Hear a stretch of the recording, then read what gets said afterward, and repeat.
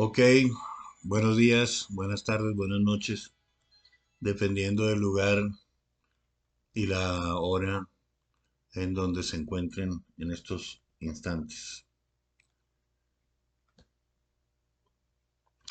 Soy Martín S., escritor, y este es mi programa Martín S. Opina. Hoy estamos bastante desilusionados con las expectativas que teníamos sobre la posibilidad de una solución concertada a la paz mundial que tanto pregonó mi querido señor presidente de los Estados Unidos, Donald J. Trump, eh, a quien le hemos hecho, eh, por quien hemos apostado para ayudar a resolver los problemas eh, mundiales, los gravísimos problemas que enfrentamos.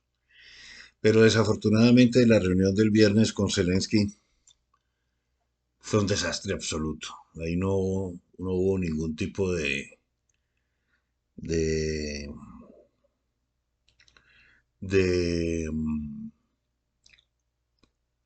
negociación eficaz y eficiente, y evidentemente se les salió de las manos y se quedaron con las manos vacías y se quedaron sin el pan y sin el queso y se quedaron sin absolutamente nada, lo cual es muy mala noticia para la humanidad misma, porque la alternativa es la Tercera Guerra Mundial.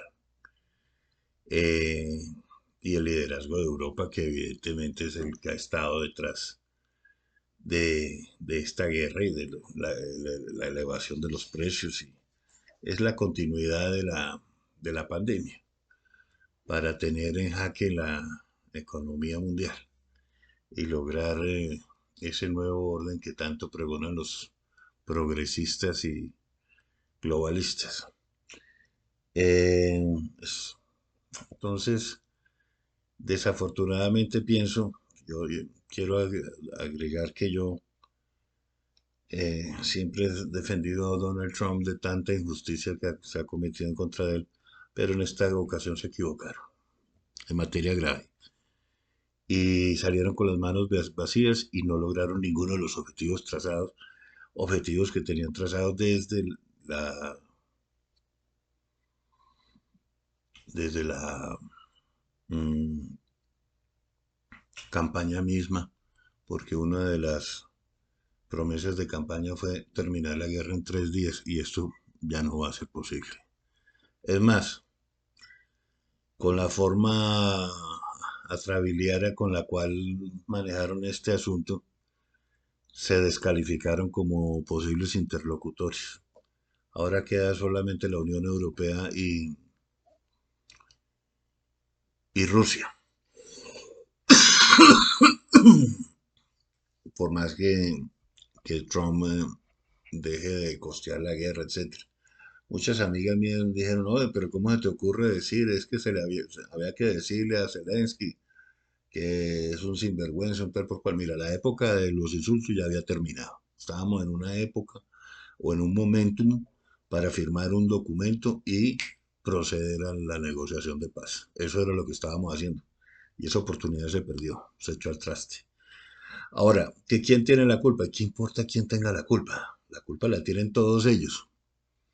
Empezando porque Donald J. Trump no debió haber asistido a esa reunión sin antes previamente haber firmado el documento. Esa reunión en frente de todos los periodistas del planeta. Y segundo, no debieron haber toreado al líder de su propio pueblo, guste o no.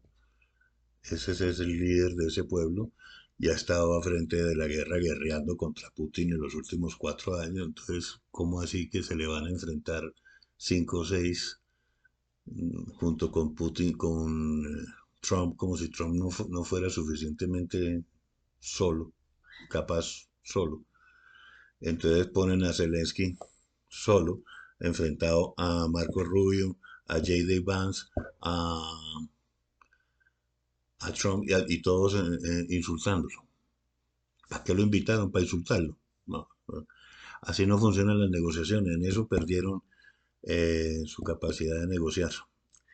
Y es una triste, muy, muy triste noticia para el mundo entero porque, como dije antes, no importa quién tiene la culpa, todos tuvieron la culpa.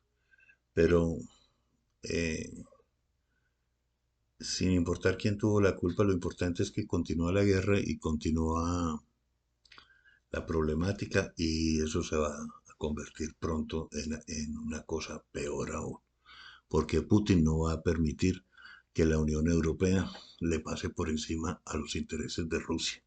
Y la Unión Europea está buscando una tercera guerra mundial. Vaya usted a saber con qué propósito ridículo y estúpido.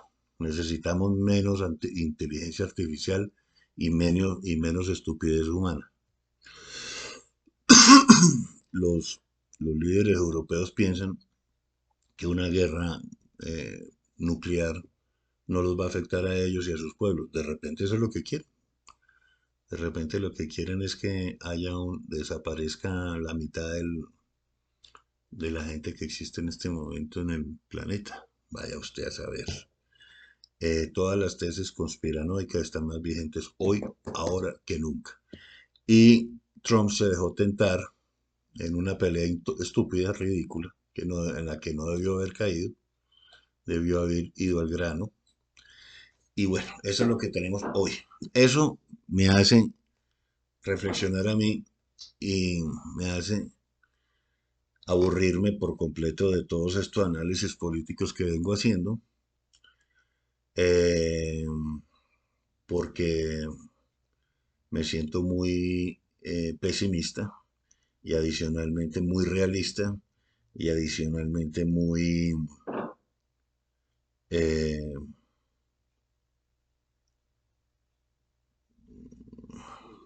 la palabra precisa es no me sale la palabra precisa. Eh, es decir, que no creen que haya solución.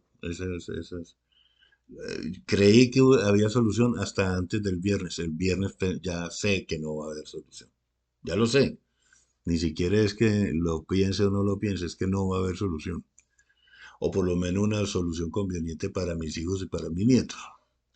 Una guerra nuclear en Europa, así haya mar de por medio, eh, nos perjudica a todos los seres humanos de este planeta, a todos, sin excepción.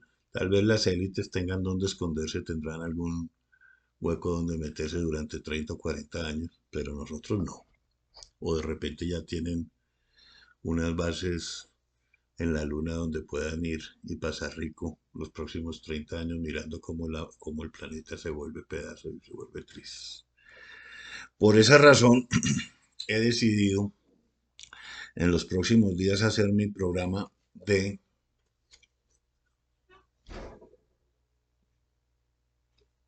Martínez se opina con sacando adelante mis libros, los títulos, haciéndole propaganda a mis libros. Este es Pangaya. Curiosamente iba a hacerlo todo en orden, iba a hacerlo de principio a fin, pero con lo que acaba de pasar con Trump, este libro es de más, o sea, es el libro que tiene mucho más actualidad que cualquier otro. ¿Por qué? Porque esto es una civilización perdida hace 30 millones de años que por la estupidez humana, siendo perfecta, una sociedad perfecta, siendo una sociedad en donde todo estaba resuelto, había un grupúsculo de imbéciles, como lo hay hoy ahora, buscando cambiarlo todo y arruinarlo todo, porque según ellos era mejor cambiar las cosas a pesar de que todo estaba funcionando como un relojito suizo perfectamente bien. Hoy voy a hablar de Pangaya, mi último libro. Vamos a ver qué dice en la parte de atrás. Dice así, si usted ama la ciencia ficción y a lo inexplicable le busca explicación, si usted ama la historia ya olvidada y jamás nunca contada, de la más grande civilización jamás nunca encontrada, la fusión de lo antiguo y lo moderno, la tecnología del futuro en un mundo del pasado, lo bello, lo bueno, lo justo, lo honrado, lo razonable y lógico, enfrentado a lo irracional y absurdo, aquello que es simplemente natural, enfrentado a lo que es demoledoramente demencial. Si usted ama su naturaleza viva, repleta su patria, su tierra, su gente, su familia, su sistema de valores y su libertad, usted amará Pangaya.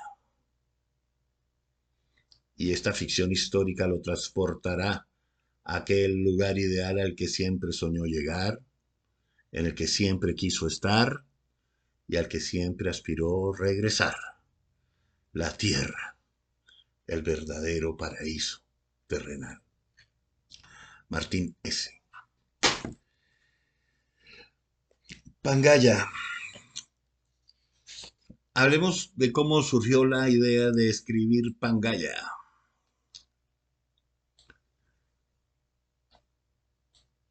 Hace varios años se me metió en la cabeza que antes de nosotros habitar aquí y ahora nuestro planeta Tierra, existieron civilizaciones humanas supremamente desarrolladas, cuyos, ojo, civilizaciones humanas, supremamente desarrolladas, cuyos vestigios por el paso del tiempo no han sido encontrados hasta este momento, o tal vez sí, están y se encuentran algunos de ellos a la vista de todo el mundo, pero el colectivo ha preferido intentar diversas explicaciones al respecto, incluidas las de los seres extraterrestres, que yo descarto por completo.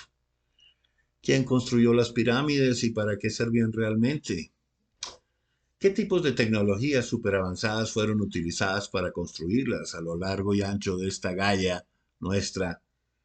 ¿Y por qué sus características básicas fueron replicadas una y otra vez, replicadas en el sentido de copiadas y, y ejecutadas, copy-paste, por supuestas civilizaciones humanas con herramientas rudimentarias? O sea, la única explicación que dan esos tontarrones que hablan de estos temas es que con un martillo y con una pala y con un cincel hicieron las pirámides. ¿A quién se le puede ocurrir semejante estupidez? A nadie. Eso no puede ser así. O si no, con civilizaciones extraterrestres que vinieron y se fueron dejando todo abandonado sin prueba documental o testimonio o testimonial de su legado. La respuesta solo podría encontrarse en el paso inexorable del tiempo, remoto y lejano, que junto a los cambios telúricos y climáticos producidos durante millones de años, enterraran cada vez más profundos o debajo de selvas, debajo de desiertos y mares, cualquier vestigio, imposibilitando la labor de los antropólogos y arqueólogos que no han podido excavar siquiera 20 metros del suelo. Imagínese usted esta gente con el cuento de que ya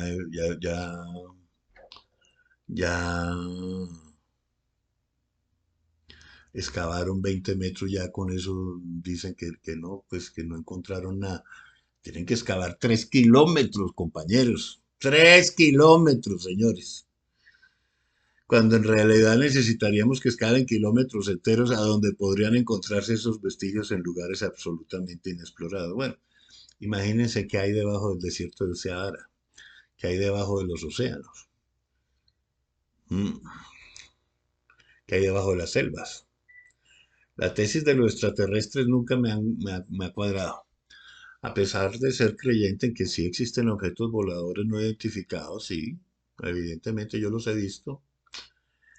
La sola idea de tener que viajar durante miles de años luz para venir a visitarnos me hace descartarlos de inmediato para dar cabida a la tesis de civilizaciones humanas supremamente avanzadas y desarrolladas en todos los planos tecnológicos, filosóficos, ideológicos, políticos e históricos. Eso es Pangaya. Aquí está, señores. Esto es Pangaya, lo que acabo de decirles. Listo. Entonces, eh, me parece interesante decirles cuáles son el contenido de este libro, porque es un planeta perfecto, absolutamente perfecto. Y la importancia de este libro es que el planeta está tan perfecto que hay un grupúsculo de sinvergüenzas que dicen, no, es que esto hay que cambiarlo porque es demasiado perfecto. Y como está demasiado perfecto, es sospechoso que sea perfecto. Entonces, contenido, capítulo uno, una sola naturaleza perfecta. O sea, la simbiosis entre el ser humano y la naturaleza es absolutamente perfecta en Pangaya. Una sola tecnología perfecta. Los avances tecnológicos permitían que la gente volara en objetos voladores no identificados, a los que precisamente vemos nosotros ahora, en ese tipo de objetos voladores no identificados, que no tanto vuelan, sino levitan. Óigase bien, levitan. Son objetos que se suspenden en el aire. Una sola luna perfecta. Capítulo cuarto, una sola academia perfecta. Esto permite, se desarrollan las academias del Cusco, la academia del Tíbet y la academia de Macedonia. Y esas tres academias son como la piedra angular sobre la cual se edifica toda la cultura de Pangaya, toda la vida, obra, eh, el sustento ideológico, político, filosófico y religioso, teocrático de Pangaya. Una sola religión perfecta, una sola raza desigual y perfecta. Óigase bien, una sola raza desigual y perfecta. No hay en este mundo dos seres idénticos, señores. Ni siquiera las dos gotas de agua son idénticas. No hay dos árboles idénticos, no hay dos animales idénticos, no hay dos seres humanos idénticos. Y eso nos hace perfectos. En la desigualdad está esa perfección. En lo único que somos iguales es que somos diferentes. Y eso nos hace únicos, irrepetibles. Somos únicos e irrepetibles. No hay dos como yo, ni hay dos como usted. Todos tenemos ojos, todos tenemos boca, todos tenemos oídos, todos tenemos sistema sanguíneo, sistema respiratorio, sistema magnífico, todo es perfecto de llegada. Cuando el ser humano nace, es absolutamente perfecto. Se va volviendo imperfecto conforme va recibiendo la mala educación que le damos, la ideologización o la ignorancia y la falta de educación, más bien. Una sola raza desigual y perfecta, capítulo 6. Capítulo 7. Una sola república democrática perfecta. Una sola república democrática. Una sola torre de Babel imperfecta. Un solo juicio sumario imperfecto. Sibiru, una última cena perfecta. Quítate tú para ponerme yo. Hasta la victoria siempre, compañeros. Y un solo destino evolutivo. Son 15 capítulos de Pangaya. 15 capítulos. ¿Quiénes son los protagonistas? Vamos a ver quiénes son los protagonistas de Pangaya. Kodiak. Kodiak. El teniente coronel Kumar Conrad Kodiak, plenipotenciario del presidente.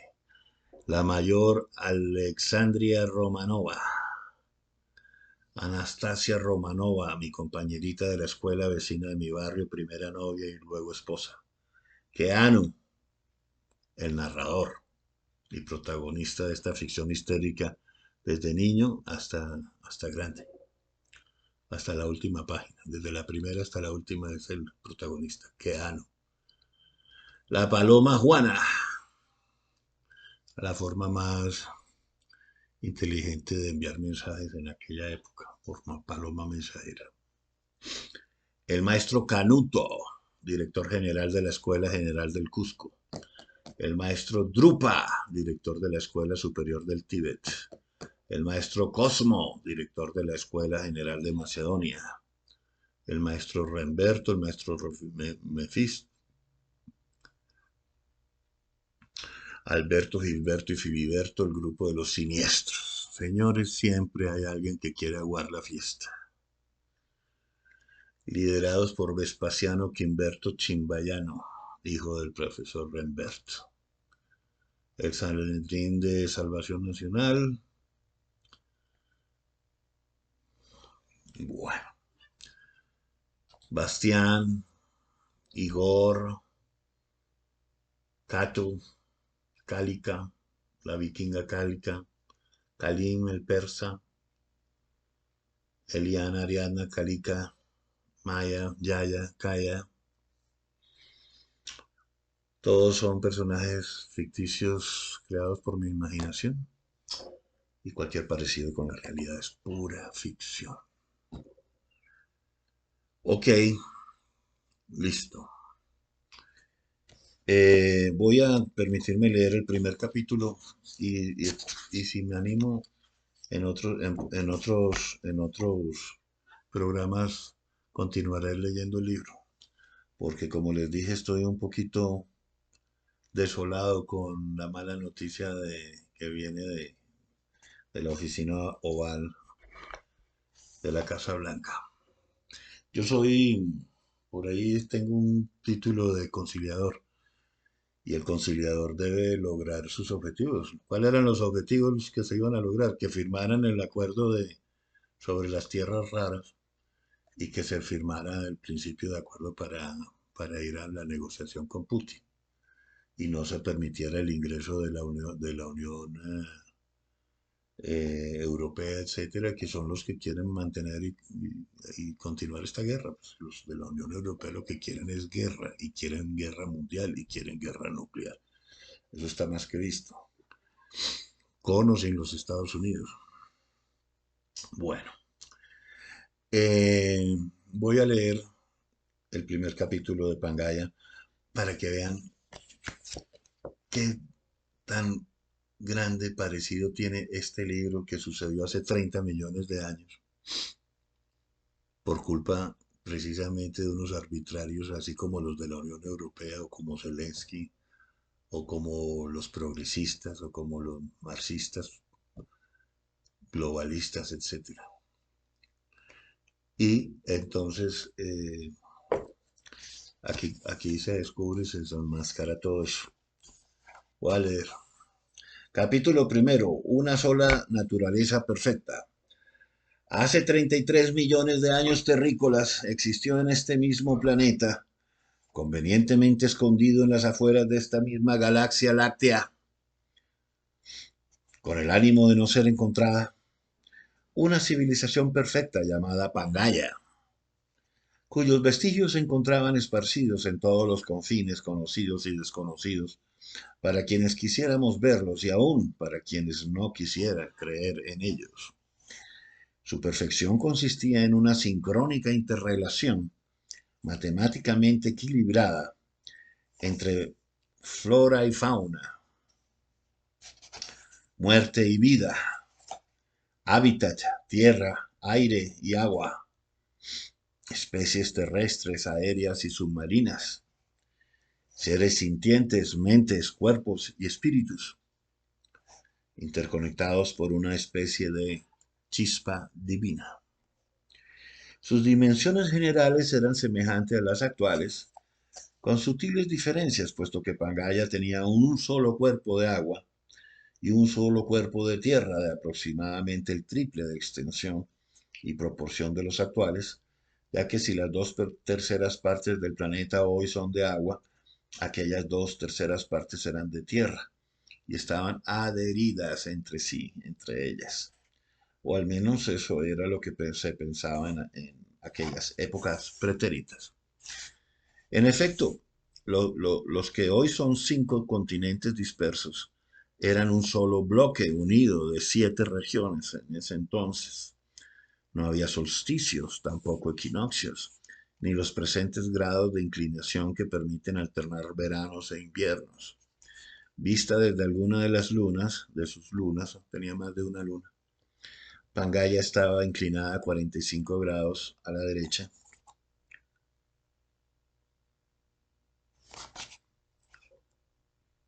de lo que está actualmente, siendo norte lo que hoy es el oeste, occidente de América,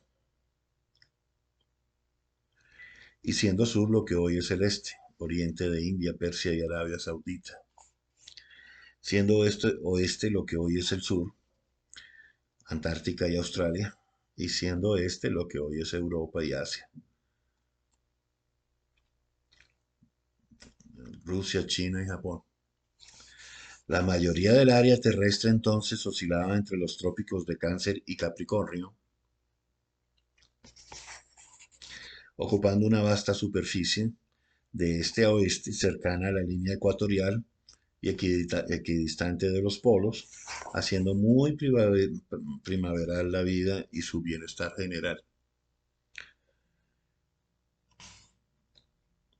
Entre lo que hoy es México y Paraguay en América o Mauritania y Angola en África.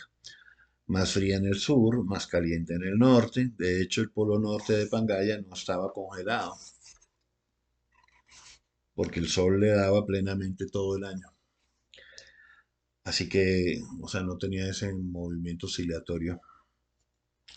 Así que las corrientes marinas rotaban térmicas por el norte en el sentido contrario a las manecillas del reloj. Este, oeste, oriente, occidente y gélidas por el sur en el sentido también contrario a las manecillas del reloj. Oeste, oeste, occidente, oriente, combinando una equilibrada, constante y muy agradable temperatura.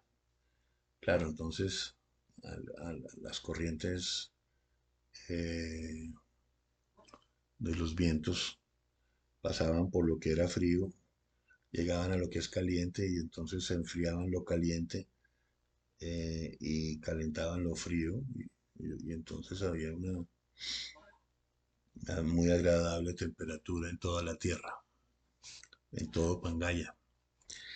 El tiempo era contado de acuerdo al universal cósmico, aunque la rotación era más lenta, de 66 horas modernas. O sea, lo que se demoraba en dar una vuelta sobre su propio eje era de 66 horas de hoy en día. No, no demoraba 24, sino 66. Eso lo hacía andar más lento. Y digamos con dos calendarios, uno en millones de años, desde la fecha creacionista del primer estallido. Se habla de creacionismo con el estallido del Big Bang.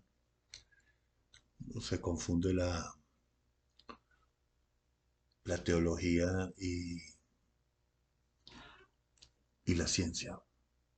De hecho, una de las cátedras es religión y ciencia. Ciencia y religión.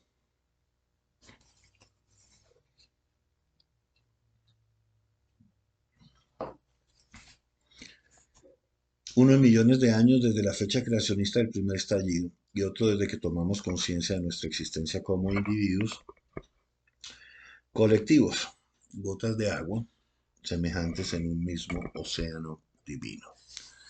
La naturaleza era hermosa, frondosa y bollante, del tipo de las selvas tropicales húmedas, repleta de vida y de oportunidades.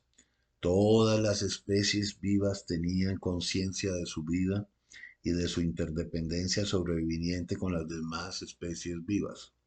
Por eso mismo se interrelacionaban entre ellas para generar unas simbiosis extraordinarias. Por ejemplo, el viento, que en aquellas épocas lo considerábamos una entidad viva, al igual que la tierra, el agua y el fuego, se interrelacionaban perfectamente con las semillas de algunos árboles que salían por las tardes en el instante mismo en que éste soplaba para llevarlas centenares de kilómetros a buscar asegurar en dónde eternizarse. Evidentemente tenía que haber cierto acuerdo o cierto nivel de conciencia entre el viento y los árboles, para saber y coordinar perfectamente aquel preciso instante en que ambos harían su parte. Sin temor ninguno, todas las aves ornamentales andaban sueltas por parques, playas y caminos de veredas y ciudades.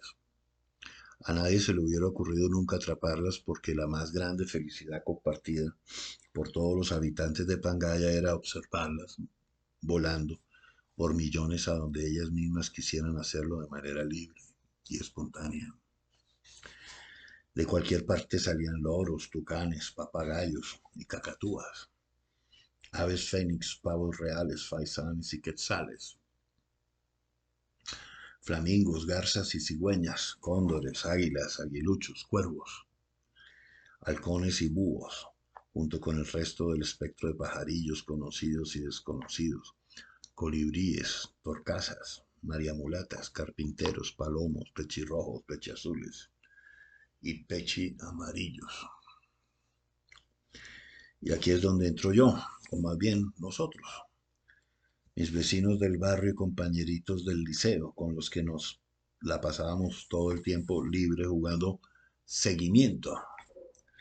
Juego que consistía en que el más osado y aventado fuera adelante pasando difíciles obstáculos y los demás en fila siguiendo y repitiendo lo que hacía el primero de la línea.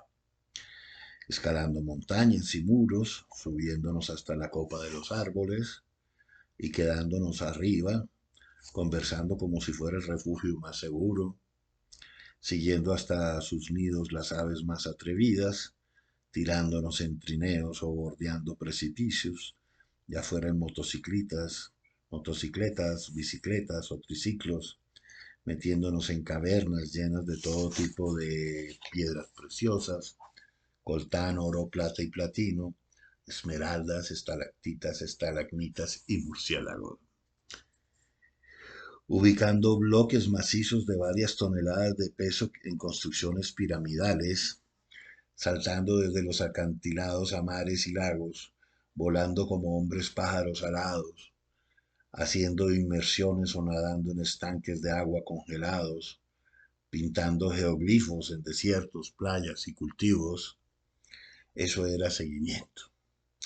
Y era lo que hacíamos los niños de Pangaya para divertirnos y distraernos, dejando a nuestros padres libres para hacer sus tareas y desempeñar sus cargos privados y comunitarios. Aquel séptimo día de Riposi, celebrando mis primeros 7 años pangayanos, habíamos entrado al recién construido y muy novedoso centro de generación de energía electromagnética del Valle del Cuiza, denominado Las Caninas, al que apenas le faltaban por concluir 3 torres. Se trataba de un pequeño conglomerado de 33 pirámides, de 120 metros de altura cada una, en una extensión de terreno de unos 3,5 kilómetros cuadrados aproximados en 3 hileras de 11 pirámides cada una, dibujando un rectángulo de 3.500 metros en cada sentido, y a mí me correspondía dirigir ese seguimiento matutino.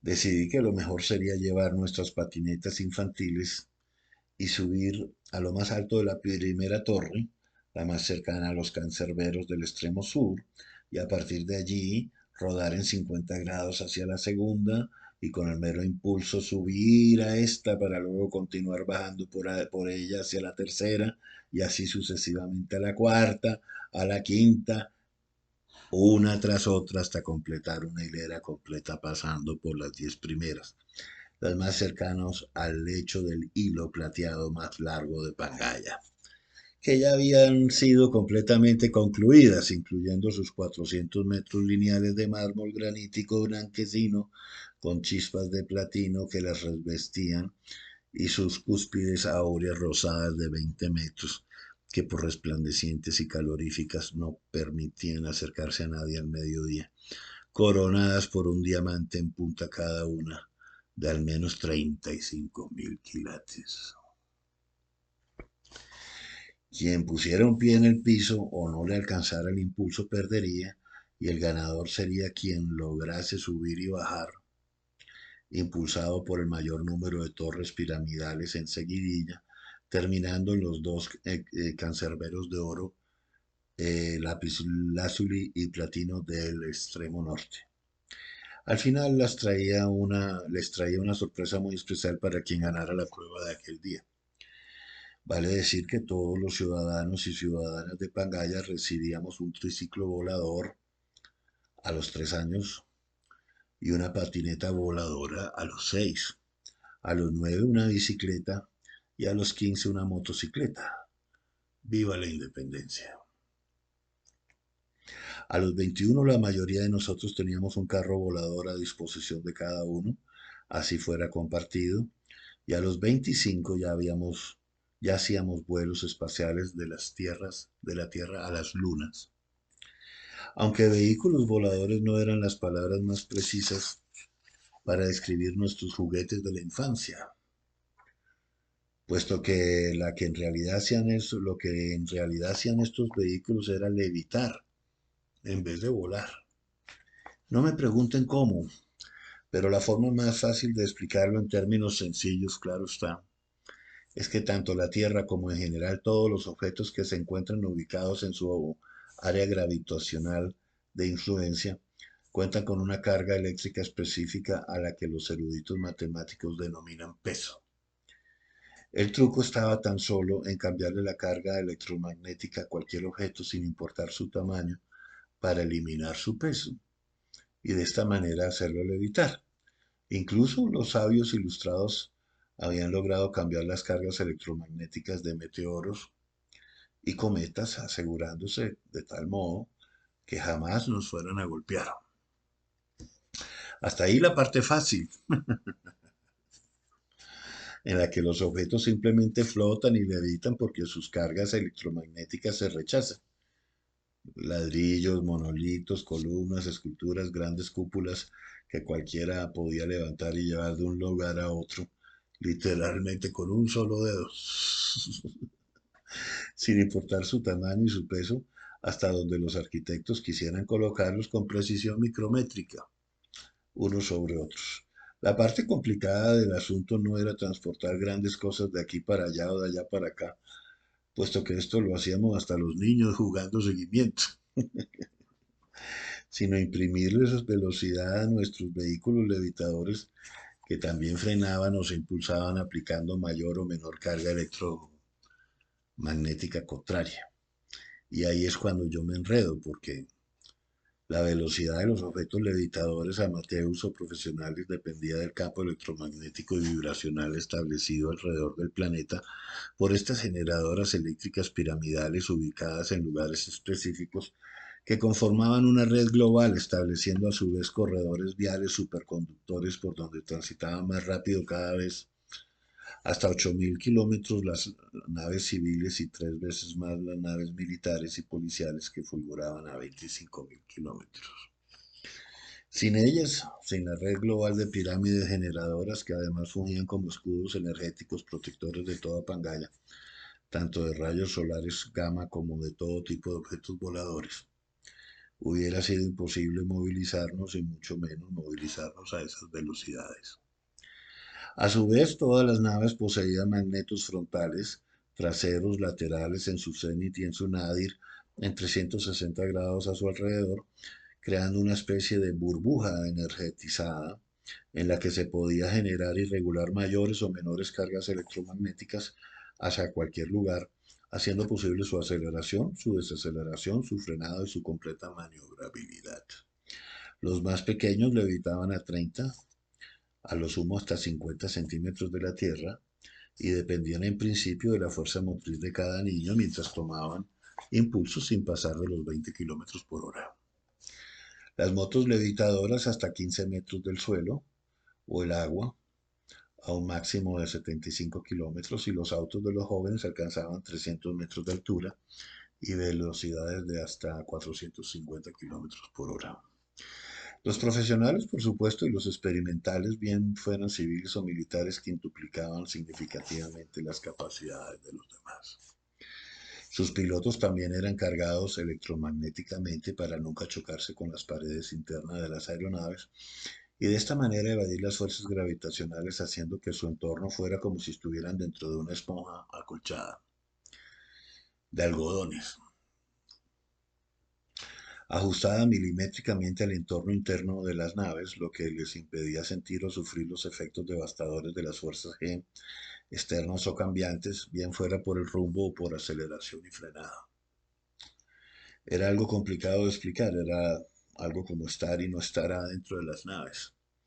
Estas especificaciones estaban pensadas previamente por sus creadores sin que nadie pudiera burlarlas, ni en velocidad, edad ni altura.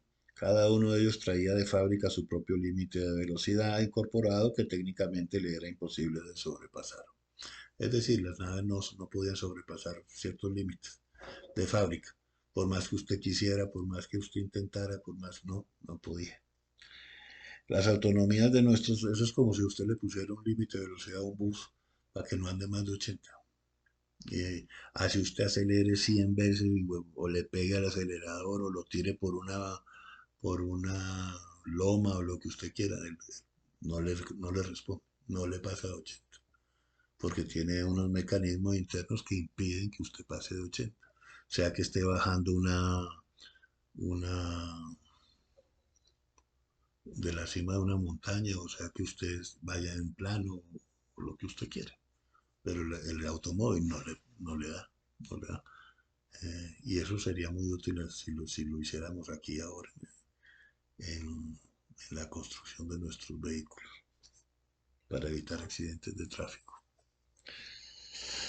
Estas especificaciones estaban pensadas previamente por sus creadores sin que nadie pudiera burlarlas, ni en velocidad, edad ni altura. Cada uno de ellos traía de fábrica su propio límite de velocidad incorporado que técnicamente le era imposible de sobrepasar. No se podía sobrepasar de ningún modo. Las autonomías de nuestros juguetes transportadores levitadores individuales estaba pensada para la casa. O sea, si es el juguete de un niño es para que juegue dentro de la casa. No, se queda sin batería apenas salga de la casa. El barrio se queda sin batería cuando sale del barrio. La ciudad se queda sin batería cuando sale de la ciudad. Y el planeta se queda sin batería cuando sale del planeta. Para nuestro escudo lunar artificial y para todo el sistema solar. Okay. Es decir, mis queridos amigos, que en Pangaya podían ir a darle la vuelta al sistema solar. Sí, señor. Y era una civilización humana. Nada de extraterrestres ni nada de eso. Una sociedad avanzadísima. De allí hacia adelante, debías inscribirte como profesional de carrera si querías visitar la Vía Láctea en su totalidad. En ese orden y en esas etapas de nuestras vidas cotidianas era que poníamos en práctica el pleno ejercicio de nuestro libre albedrío y dábamos los pasos progresivos hacia nuestra independencia plena como sociedad y como individuo. Yo siempre he sostenido que el día que Henry Ford inventó el automóvil y lo puso a disposición de las masas, ese día les entregó su propia libertad. Lo mismo que la Harley Davidson. Lejos de ser son de ser iconos de riqueza, lo que son iconos de libertad. Porque a partir de ese momento la gente dejó de estar amarrada al tren, a la línea férrea, que iba de una ciudad a otra ciudad. Cuando pudiste montarte en tu carro, te fuiste para Yosemite, te fuiste para Yellowstone, te fuiste para Miami, te fuiste para todas partes a donde te dio la gana irte. Y podías ir y podías regresar. Y podías hacerlo con el pago de tu salario mensual. Esa es la más grande demostración de libertad que hay en la sociedad. Es una libertad generada por el sistema capitalista, cosa que no se logra en el comunismo. No lo puede lograr. Es un contrasentido y por eso lo detestan tanto. Los comunistas siempre quieren tener el control. En cambio, si tú puedes coger tu motocicleta, tu novia y largarte para donde te venga en gana, no te pueden controlar. Tan simple como que podíamos ir a donde quisiéramos sin exponernos a grandes peligros, en un ambiente sano, seguro y fraterno. Los días calendario pangayano se contaban cuando comenzaba la noche del día siguiente, es decir, que el ocultamiento del sol marcaba a la vez el final y el principio o nuevo punto de partida de la nueva cuenta calendaria cotidiana diaria, coincidiendo con las 66 horas exactas que demoraba Pangaya en girar sobre su propio eje. De esta manera el reloj marcaba las 11 a la medianoche, a las 22 a la media madrugada, a las 33 al amanecer de un nuevo sol, las 4:44 a la media mañana y las 55 a la media tarde. De las 33 horas diurnas con las que contábamos cada día, hacíamos nuestros quehaceres por la mañana, una hora de ejercicio para el cuerpo, una hora de meditación para la mente y una hora de oración para el alma. Otro par de horas para el desayuno frugal y el arreglo de la casa. Sin excepción, todos los habitantes de Pangaya, sin importar su edad o posición jerárquica, seguían en todo tiempo y lugar esta disciplina rutinaria. Todos tendíamos la cama, aspirábamos y ordenábamos nuestros cuartos. Todos éramos útiles a la sociedad, y a nosotros, y a nuestras familias, y a nosotros mismos.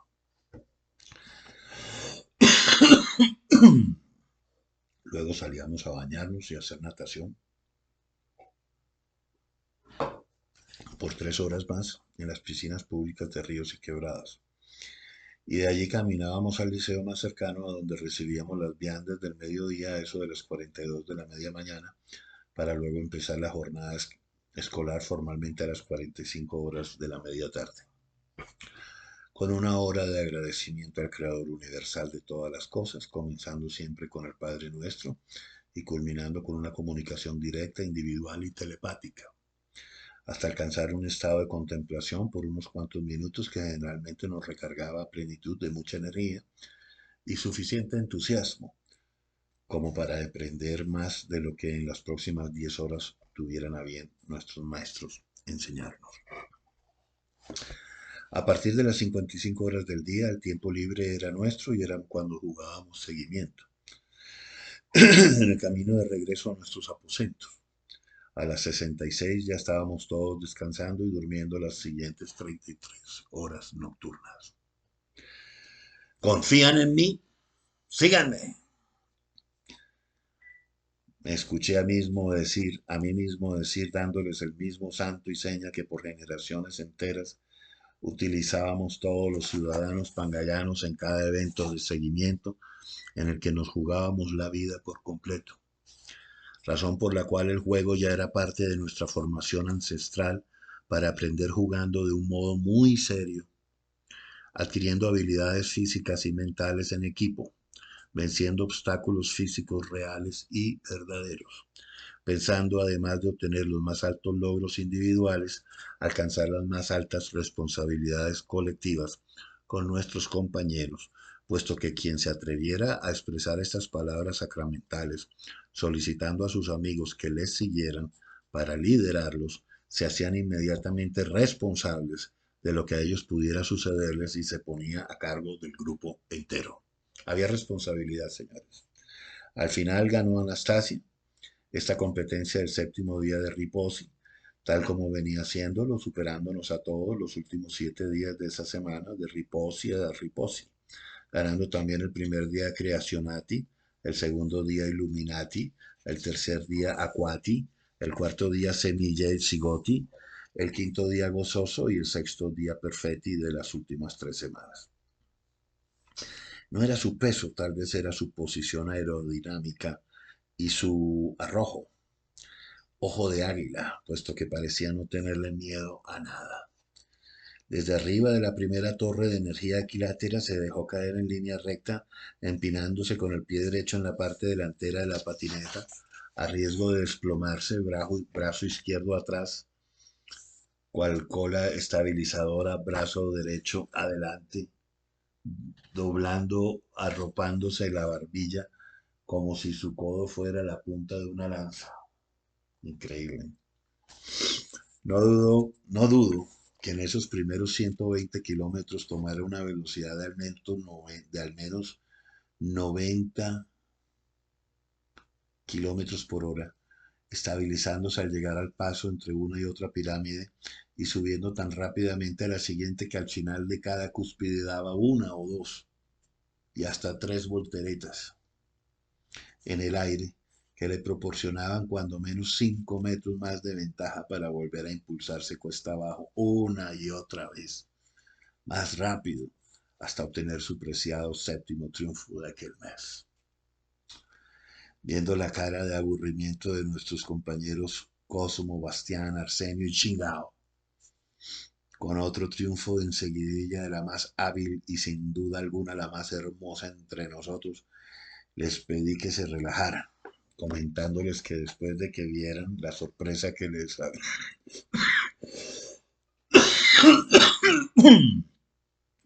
que la sorpresa les pedí que se relajaran comentándoles que después de que vieran la sorpresa que les había traído y preparado, quedarían todos contentos y a su vez súper satisfechos con el seguimiento de aquel día. Miren lo que les traje, dije, al tiempo en que sacaba de mi bolsa un dispositivo especial de recarga contramagnética, a la de Pangaya, que aceleraba las partículas de neutrones de los seres inertes, contrarrestando su peso y permitiendo que se suspendieran en el aire estos, es decir, el dispositivo que permitía hacer levitar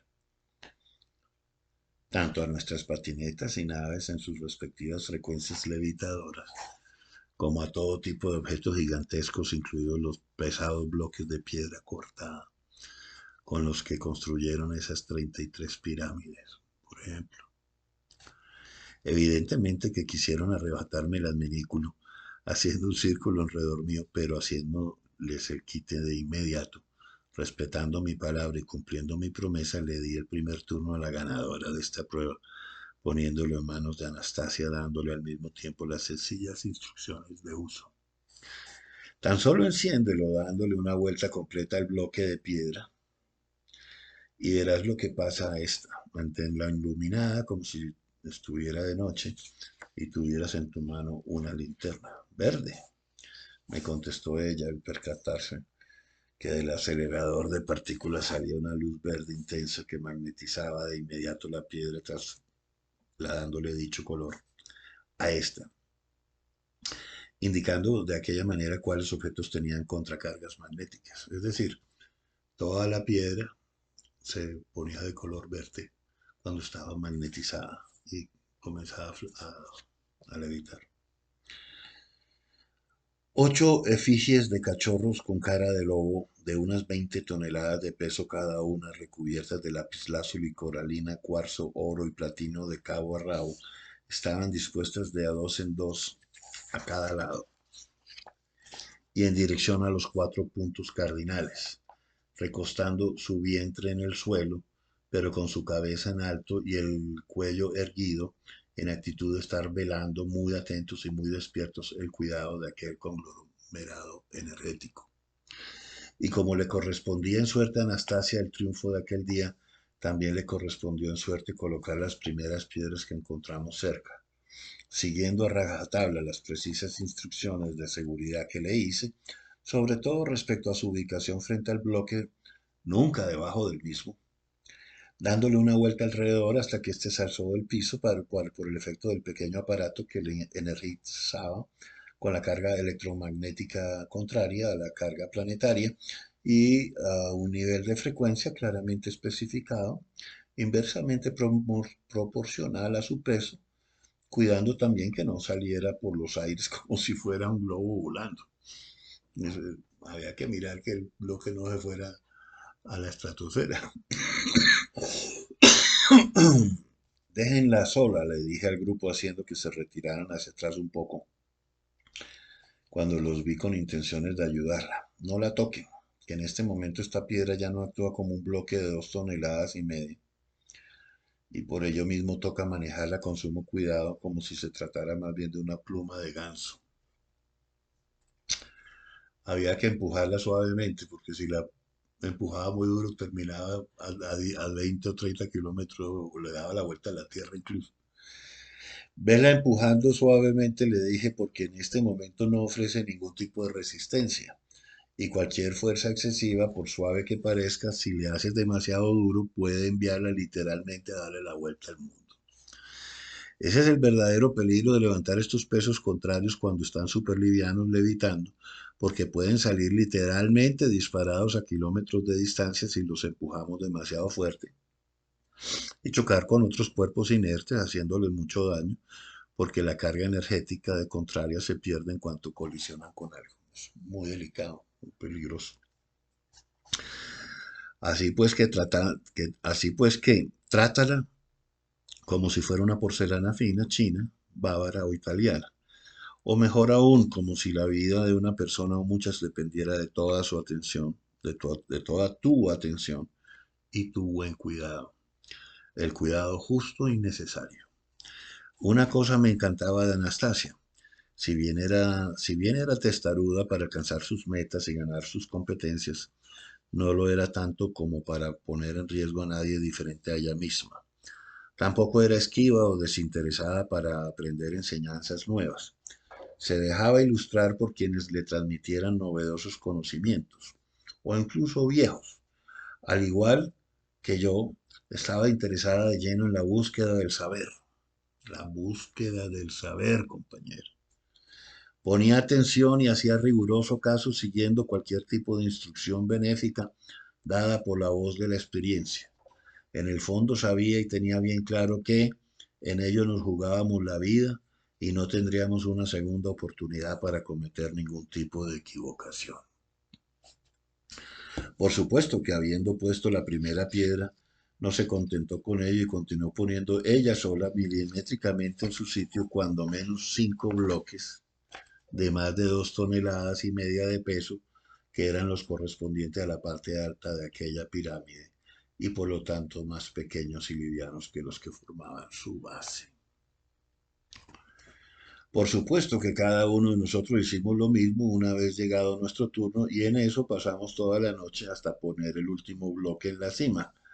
Los arquitectos al día siguiente tendrían la tarea de determinar si nos quedaron bien o nos quedaron mal puestos y decidir si dejarlos así o por el contrario revertir la operación para de nuevo comenzar de donde ellos mismos la habían dejado unos días atrás.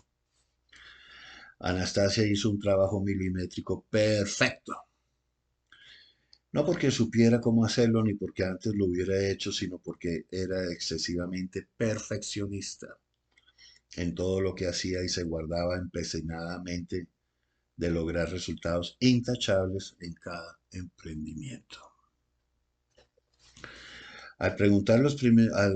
Despuntar los primeros rayos del sol, y dado que Chingao no había tenido tiempo de experimentar con los bloques, quiso a su turno jugarles una broma pesada a los arquitectos de aquellas pirámides, entre los cuales se encontraban sus tíos y su padre, escondiendo en la selva uno de los canes de Anubis de 20 toneladas de peso que reposaban en la entrada sur, llevándolo puro enfrente, pero a unos 3 kilómetros de distancia, ocultándola por completo a los ojos del mundo adentro de la manigua, cruzando el hilo de plata para que no pudieran encontrarla por unos cuantos días, según él mismo nos dijo en este momento riendo a carcajadas, lo que resultó convirtiéndose en unos cuantos millones de años, perdidos en el espacio y en el tiempo, sin que en ese preciso momento lo sospecháramos o tuviéramos forma de anticiparlo.